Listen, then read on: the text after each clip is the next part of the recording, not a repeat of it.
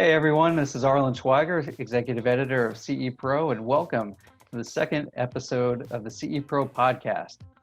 What's the CEDIASTRONG initiative all about? You've probably heard about that.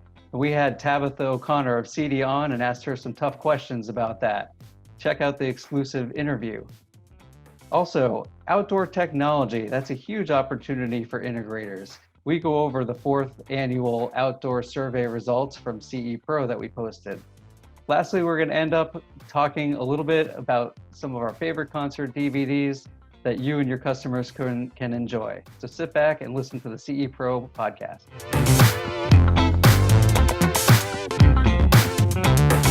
Tabatha O'Connor, President and CEO of CEDIA. Thanks very much for joining us this week. Hi, Arlen. Thank you so much for having me here. I appreciate it.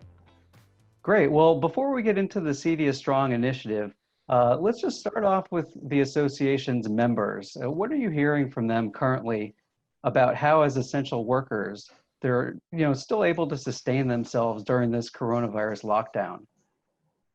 They are. We worked quite a bit in the very beginning of the virus and everyone starting to see the lockdown occur to work with the government agencies, not just here in the United States, but also for a great deal of our members in the UK, to make sure that essential member classification was available to them, the information around what they needed to do was available. So a lot of them in the very beginning were able to continue their work, but they're also finding unique ways to continue some of their work as well. No touch delivery and installation. They're doing, as most of us are, with Zoom and different platforms, engaging with some of their clients and some of their distributors. So they are still finding opportunities to work, but when they're not able to do that, we are finding a great deal of them are looking to continue to hone in on their skills, to skill up, to look for education. But they're also just finding ways to stay engaged. You're seeing a lot of different platforms that are offering networking, and we're just seeing them all still continue to connect. What I'm noticing is they're connecting more than they were before, which is great. So naturally, they're all looking to CEDIA as a leader in the industry for guidance. Let's get into a little bit about the CEDIASTRONG, and can you just give us a brief overview of some of these various elements? There seems to be a lot involved with this initiative. Yeah, and so I'll just kind of start from the beginning. We were in the very beginning, we immediately got out there and we were providing our education for free. We were always trying to find ways to continue to help with our members. It was a team effort. Since the pandemic hit, we as the leadership team had been brainstorming the programs that would best support our members, during this difficult time. And we were able to get some great feedback and some support from some key volunteers, including our board members. And then, we have some volunteers that we work with over the years, Susan Cashin being one of those. And so she stepped right in. She said, I've got some ideas. I'm working with manufacturers and dealers, and I'm hearing some great feedback as well. Can I share that with you? And so we're just incredibly proud of the CEDIA staff and all the countless hours that they put into this initiative. But what's so great about the initiative is it's a starting point. It's an opportunity to continue to build on the CEDIASTRONG program and find new things that we can continue to put in there. And I see this program being long-lived. It's not a short-term program. So Tabatha, one of the elements of the program is the remote education, the remote learning. I know we've seen quite a jump in our website traffic at CE Pro, and I understand you guys are getting a tremendous jump in terms of the number of people who are taking these distance learning applications. Can you tell us a little bit about that? Absolutely. So the response has been overwhelming. Our members have been thrilled about what we've been able to offer to them up to this point. They're excited about the new ways that CEDIA will help them solve some of their business challenges, and continue to, we're going to come out of this. So what does some of even our new environments start to look like? We've had over 1,300 people attend webinars over the last 3 weeks. Yesterday's webinar had over 500 attendees. And as of this morning, we've hit over 6,000 registrations for our online learning to date. Just in the last 3 weeks. Can you tell us about how those numbers compare to pre-initiative, when before people were just automatically turning to the online to find all this stuff? Yeah, and so we would have webinars, and our attendance were, it was always pretty healthy, but it would be more around the 115 range. And when we would, our podcasts have always been great, but they're downloadable. This is a way for us to see that instant, right away engagement. And, when people are home, obviously, education and podcasts have been kind of our go-to. But what we're seeing is it's not just, being on the webinar and learning. They're finding ways to continue to talk, as I said, and engage with each other. And from the roundtables that we're going to be introducing, that will be a chance for them to come together and say, okay, what are you doing in your area? Here's what I'm doing. It's not the time to stop marketing. It's the time to start marketing, or continue to market more than when you were before. Don't stop engaging with your clients. Here's how I'm engaging with them. So we want those to also, for them to learn from each other. That's been one of the best things about CEDIA as an organization and as an industry. They learn a lot from each other, and they're always so willing to share. Here's what's working for me. I know it'll work for you. You know what could be a great silver lining out of this is, for all these years, they should have been working, on their businesses to be a much more healthy business. And now, because of this, they're able to think about their website and think about their customer service and think about their training of their technicians. And ultimately, it sounds odd to say when they're in the middle of this, that the silver lining is that all the integration companies could become stronger companies out of this. And you're absolutely right. I mean, every downturn poses opportunities to grow. And as you are taking a pause, if you will, from being able to be out there in the homes with your clients or at your manufacturing plant, you can look at, how can I update my website? How can I, have my staff be more trained? How can I review my business plan? What kind of things can I put in place into my business plan that if something were to happen again, I've got more of a longer runway? There's a lot that people can do during this time. And our members are not the only ones doing it. CEDIA is looking internally at what we can do different as well. Anecdotally, do you have an idea? Obviously you have membership that's spread across the U.S. and across the world. But in terms of the U.S. market, are you able to get any kind of sense at the, just from a geographic standpoint, where guys are still doing a lot of business and where they're turning for you for more guidance, depending on where they do that business? I've got to tell you, it's different all over. The conversations that we're having and the outreach in the conversations that we're hearing about, members are all unique. They're all unique in their own businesses and how they do business, but they're all staying busy in some way or fashion. If we have, some who are even jumping in right away with CEDIA to help deliver some of the plans and what they're doing differently. So, I mean, I even talked to somebody last week who they're growing in their client base, and they were just awarded a large project in the midst of this. And as we see our, what would be our traditional client, they're in the home every day, more now than they've ever been before. And they're looking around and they want to, after they've realized what it looks like to be quarantined, what is available in my home? What does my technology, my opportunities look like? And it's not just with our traditional technologies. Jason, I think you're CE Pros even touched on this, the biophilia. What does that piece look like? And looking at my HVAC. And so they're finding that their clients are reaching out and asking them to talk about projects with them. I think this is going to pose an opportunity from a client perspective on what you were going to see more people wanted to do in their home as soon as they're able to get people in there. Yeah, I would agree. It's interesting to even speculate, once this does all kind of work its way out, the demand that is going to come from customers who have been in their homes and realized that they didn't have the entertainment options that they wanted. They didn't have the indoor air quality and wellness elements that they wanted. They didn't have the entertainment elements they wanted. It could be quite tremendous. I think this is going to only pose opportunities for our industry. I was going to say, we've written a bunch of items on CE Pro already about, some emerging opportunities, whether it's, human-centric lighting, as you mentioned, just for people working at home. Obviously, the home network opportunity for upgrades there is huge, the entertainment. Are you hearing some of that validation from your members as they go through this? And then would you expect that just to keep on going and kind of underscore all this, as Jason was saying, kind of once it's all over? So we are hearing that. And I think one of the obvious pieces is the network. Our members, as they're talking with their clients, they are always pushing, the value of the network.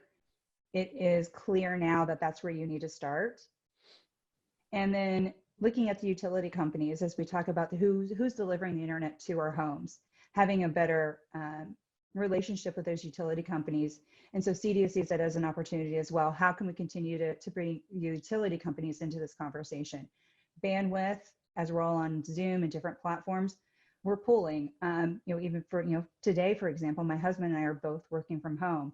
I'm pulling down on the bandwidth, he's pulling on the bandwidth. And so how can we improve that? And, starting with the network. And obviously, CEDIA is going to have a very ambitious schedule with all the various webinars and trainings and everything that's going on with the CEDIASTRONG initiative. How exactly are you guys going to come up with, ideas for filling all that content? Is that going all through the membership, the education committees, things like that? So CEDIA has always been very blessed with having, access for, just some of the great, subject matter experts, our volunteers, our board, and some really talented staff. I don't think it's known quite widely, but at any given time, CEDIA is working with 150 to 200 volunteers on a daily basis. That's in our professional development committees, that's in our technology committees. And so we continue to have those conversations with all our volunteers and build on the education, what we're currently offering, what we need to be offering, developing all that content. And so we'll find ways to continue to build on this, not just with the CEDIASTRONG campaign, but also working closely with our members. We need to understand what are their needs. We stay in constant contact. How can we continue to educate, provide the education, not just from a technical standpoint, but right now what we're finding is most important is the business education. It might be a little bit too soon to talk about this aspect of CEDIASTRONG, but there is that the fund portion of the initiative. Can you tell us a little bit more about how you see that playing out in 2021 in terms of how can integrators qualify, how will the funds be administered, things like that, and going into 2021 and beyond? Yeah, of course. We're still working through the details of setting up the system and accepting donations.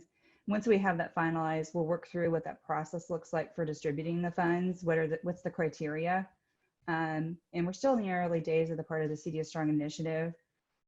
We're fortunate to have received amazing responses, from several of our partners, including, Emerald Exposition, Jason, your employer, and to be able to offer to set up some, donation mechanisms through the CEDIA Expo registration process, to have energy behind the CEDIASTRONG Fund campaign as we're leading up to this Road to Expo as well. And then once we're on site, there's some great things that we're having conversations back and forth between the CEDIA team and the Emerald team. There's some fun things that we can do with it as well. Speaking of finances, do you have any sort of anecdotal evidence or, just talking with your members in terms of how they're using the federal Small Business Administration eligibility yet? Are guys looking into that? So they are looking into that, and we've had conversations. And that's one of the reasons behind the CEDIASTRONG campaign, that we're going to be providing some of the financial guidance and giving them the chance to talk with some of those professionals in that industry. It has been a struggle for some. The whole CARES Act, I think as we first started talking about it, I think it came out in 881 pages, something like that. And so to be able to even decipher through that, what that means for a small business, was challenging. And so some of them have had success around it, and they do share that with us. But I saw an article yesterday, and I can't remember exactly where I was seeing it. One member walked through what his process was like. over almost a 2-week period. You know, each call he had to make, each step he had to go through, every time he was redirected. So there were definitely challenges. Now, some of them were able to get through, you know, with less challenge, and some of them haven't, you know, been able to get through it all. And so those are the conversations that we continue to have with our members. How can we continue to help with that process? And so what we hope to be able to provide them is some of the financial guidance from some of those professionals. I think everybody assumed the SBA was going to be the one, you know, leading the charge. And we kept getting out to our members, letting them know it's going to be with your local lender. Your local lender has to be the one who's going to be your partner in this. And then we were hearing, you know, challenges with banks who were just shutting that process down. They stopped taking applications. And, you know, it was fast moving. It was something that you know, our government was trying to definitely get out there to support everyone, you know, in a pretty fast manner. But we found also that it left the banks not even having applications. There were, you know, banks who didn't have all the information to even make the processes work.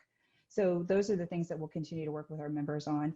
And as we, you know, provide through the CEDIASTRONG the financial guidance, we want to talk about other opportunities outside of the CARES Act and excuse me, SBA. Sorry about that. You know, other things outside of SBA.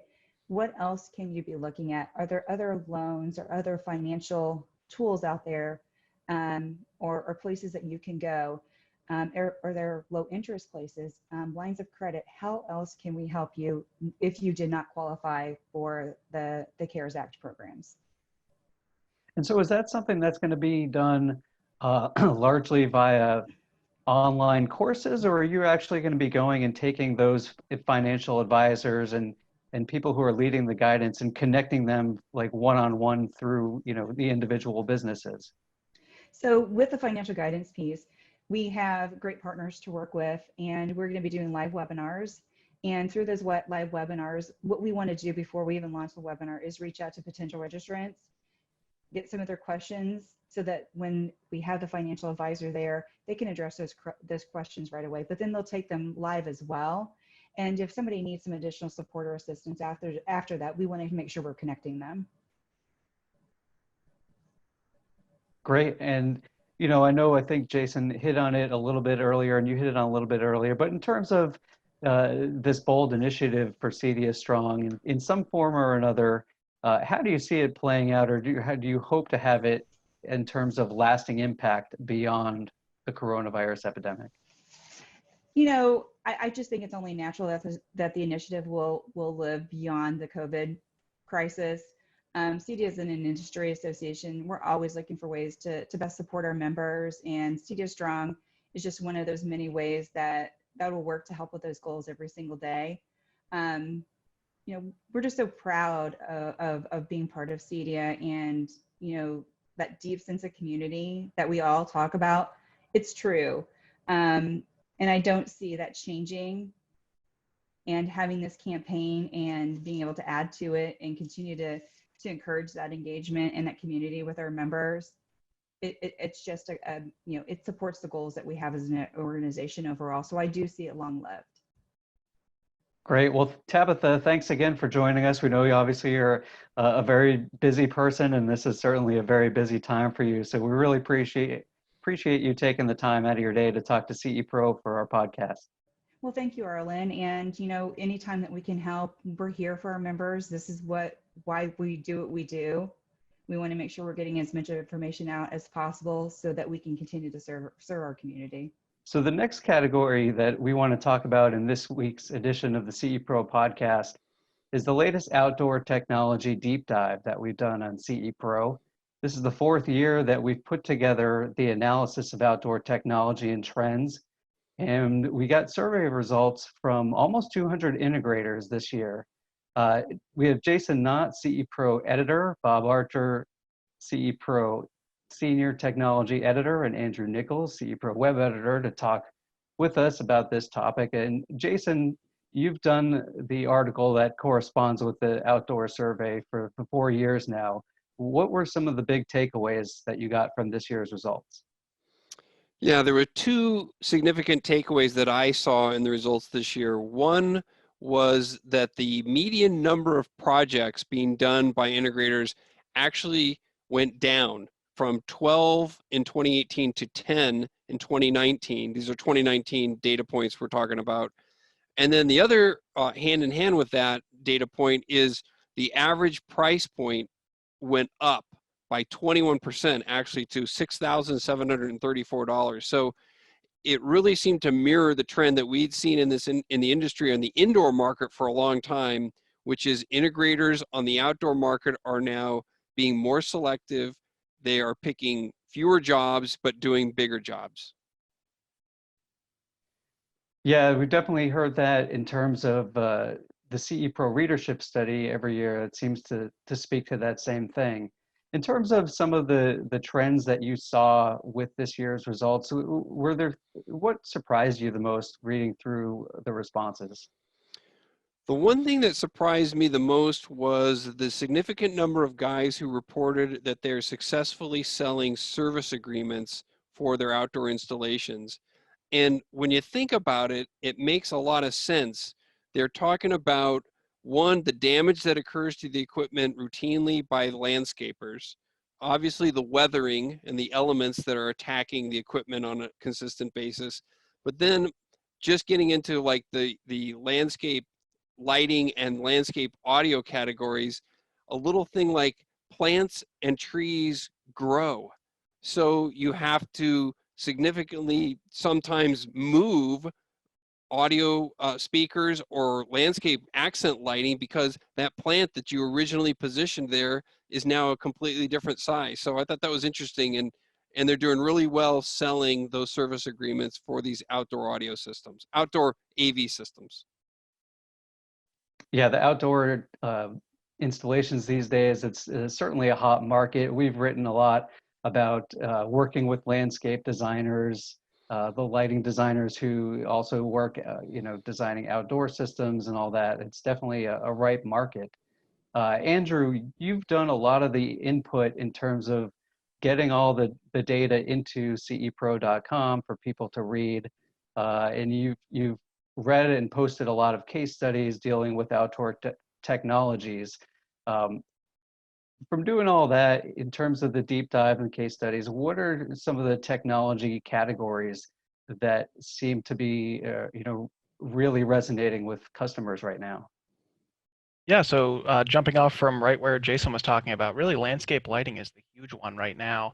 We're seeing that, while a lot of integrators are familiar with interior lighting projects and the value that they provide their businesses, not nearly as many are well versed in landscape lighting, which has really become a huge category within the last 3 years. We've seen that roughly 1 in 4 integrators are now installing some kind of landscape lighting in a project. That's quite a lot, and we're seeing that go up from year over year. It was a little less in the 2018, 2019, and it's a little more now this year. Security lighting is still the #1 overall, but pathway lighting is like neck and neck. It's like a 1% difference. So, I mean, I think integrators have a little bit more space for decorative lighting to be on the rise, especially as they're starting to work alongside designers and architects more. So I think that'll be an area to watch. Certainly, I know that was well represented at the CEDIA Expo last year as well. And speaking of some of the landscape lighting, I want to tie this in with audio as well. Bob, you've covered audio for CE Pro for years. What are you seeing in terms of how CE Pros are bringing audio into the outdoors, whether it's products that, I know some companies have combined lighting and audio with those bollard speakers, and then a lot of them are using commercial audio components as well outdoors. Yeah, it's amazing to see how sophisticated these systems are. The integrators are taking I should say amplifiers from the commercial industry, from companies like Crown and QSC and Lap Group, and they're utilizing them to power these outdoor speaker systems. And within what makes these amps unique versus what we've used traditionally in the residential audio market is the fact that they have these powerful DSP engines and parametric EQs built in that they can tailor the sound of these systems to the particular environment to get a really high high-end, high-performance sound for that particular space. It's in some respects, it's far superior to what we're doing in the home inside, the four walls. Right, and I know from talking to a lot of these companies as well, it also makes systems, I believe, much more scalable, and so that way they can kind of cover the grounds a bit more accurately than if they just put in, a couple speakers here and there, right? Yeah, through these DSP engines, they can set dispersion patterns. They can use the EQ to tailor the EQ to the tie-in in-ground subwoofers. They can do so many things. They can set high pass, low pass, different parameters within the system to make sure it's really running optimally for that particular space. Because ultimately, in these environments, you don't want to be blasting your neighbors out. You're going to get complaints. So these are really sophisticated systems. They're smart systems like the rest of the house now. Great. Well, CE Pros can find the results of that study in the latest issue of our magazine, the April edition. And they can also go online to cepro.com and look for the outdoors category for that.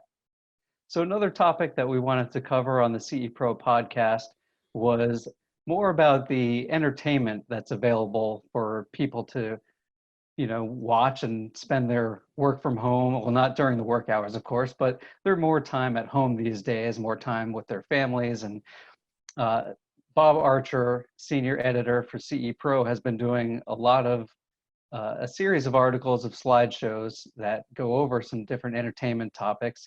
And we have Bob and CE Pro editor Jason Knott and web editor Andrew Nichols joining me, Arlen Schweiger, executive editor, to basically talk about some of our favorite concert DVD picks. And, we want to talk with Bob about this because one of your recent slideshows was kind of interesting. We were talking about how really I had done a slideshow about live streams, that a big thing during the quarantine these days is that bands are getting together and they're re-airing some live streams that have been recorded a lot of times within the past decade.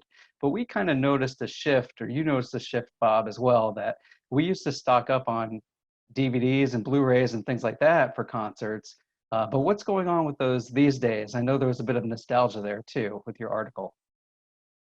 Yeah, it seems, and I think anybody that subscribes to a music service has probably seen that there's more live music available. I think particularly Tidal offers quite a bit of live music. I don't know about Spotify. I believe they do. Apple offers some too with Apple Music, but it seems all the streaming services, Nugs being a big one, is offering live concerts now, and it seems to have replaced the concert DVDs that we probably bought from the mid 90s up until the early 2010s. And I started to think about it, and I can't say why. It's obviously going to be for money, that bands aren't making money selling physical media anymore. But I thought it would be fun, since we all love, I don't know anybody that doesn't like going to see live music, maybe start looking at some of our favorite live concerts. Sure. I know we had talked about how we used to go to the CEDIA expos, and we might recognize a lot of the DVDs and Blu-rays that were used for demo material. And these days, at the trade shows, it seems like it's all coming from the DTS or Dolby Atmos disc or something like that. And I've found it, at least, to really pare down the variation on demo material that we've seen. And that's just one of the things that I think has happened with going to this more of the online platform. And I could certainly say it's fun for everyone like us who is really into watching live music, but it's definitely changed a little bit. I certainly have my favorite DVDs, and it sounds like you do as well. Why don't we start with you? We wanted to do just a quick little roundtable of some of our favorite concert DVDs and Blu-rays. Bob, why don't you start with maybe a couple of the picks from your article, and then any others that you wanted to add there that people can look out. I know some of these have already even been transferred to YouTube, and you might even be able to find them there. Yeah. One of them, because I pulled it as like the big graphic was the Van Halen 5150 Live Without a Net. I saw Van Halen on that tour. I was a senior in high school, not to date myself or anything, but 10th row on the floor. So I have a good memory of it. I won't go into the other stuff, but that I remember from that concert. But yeah, seeing Eddie Van Halen and that band live, you know, I'm a big Eddie Van Halen fan, and he puts on, you know, an unbelievable show, and there's no question why he's a great guitar player and regarded as such. So that had to be on my list, along, you know, with other of my favorite bands too, but Rush and Ozzy, you know, but yeah, I had to throw Van Halen in there. They were a great live band.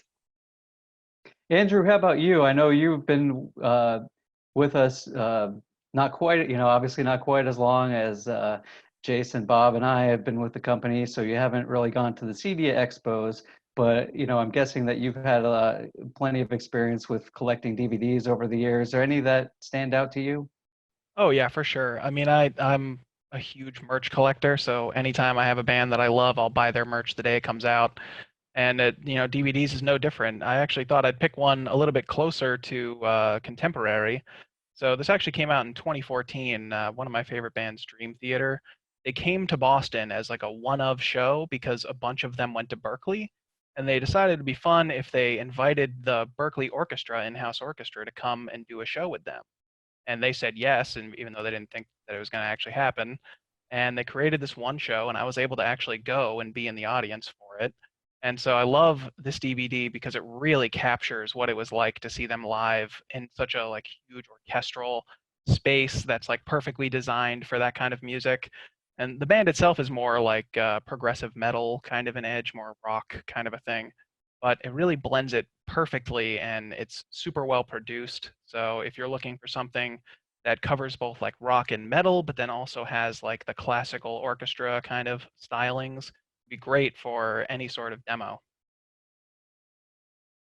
Sounds like definitely one to check out. Jason, how about you? Obviously you've been to more CEDIA expos, I think, than probably anyone here. So you've certainly seen your share of demo material, and also I know obviously you're a huge music buff. Anything stick out in your mind? Yeah, so a couple of things. One thing I'd like to point out is not only are these DVD recommendations things that integrators can share with their families, but now is a great time for integrators to be staying in touch with their customer base in some way. They can't physically be there necessarily, but if you're doing a newsletter or if you're doing something to stay in touch with their customers, these are great recommendations to send out to your client base right now for them, because they're stuck at home just like you're stuck at home. So use these not only for your own enjoyment, but send these out to your customers in your newsletters. So from my standpoint, it's similar to what you and Bob were talking about, is you don't see the concert DVDs out anymore. And I can remember years ago, there was an Elton John one that was making the rounds at CEDIA Expo that was just phenomenal. But I want to fool it a little bit and just showing how old I am. I'm going to say the 1964 movie Hard Day's Night with the Beatles, because they actually have at the end of that movie, if everybody recalls, they're on a TV show emulating like the Ed Sullivan situation. And there is a surround sound kind of feel to that with all the girls screaming and everything like that, that gives you just the sense as if in that last 15 minutes of the movie, you actually are at a concert DVD. So that's my tip. That's great, and that's certainly a great point about integrators. You know, not only can they communicate these kind of things, but you know they can definitely bone up on their own demo material, because a lot of these, especially the Blu-rays, you know, you're still talking about some great audio quality that you can use in a demo.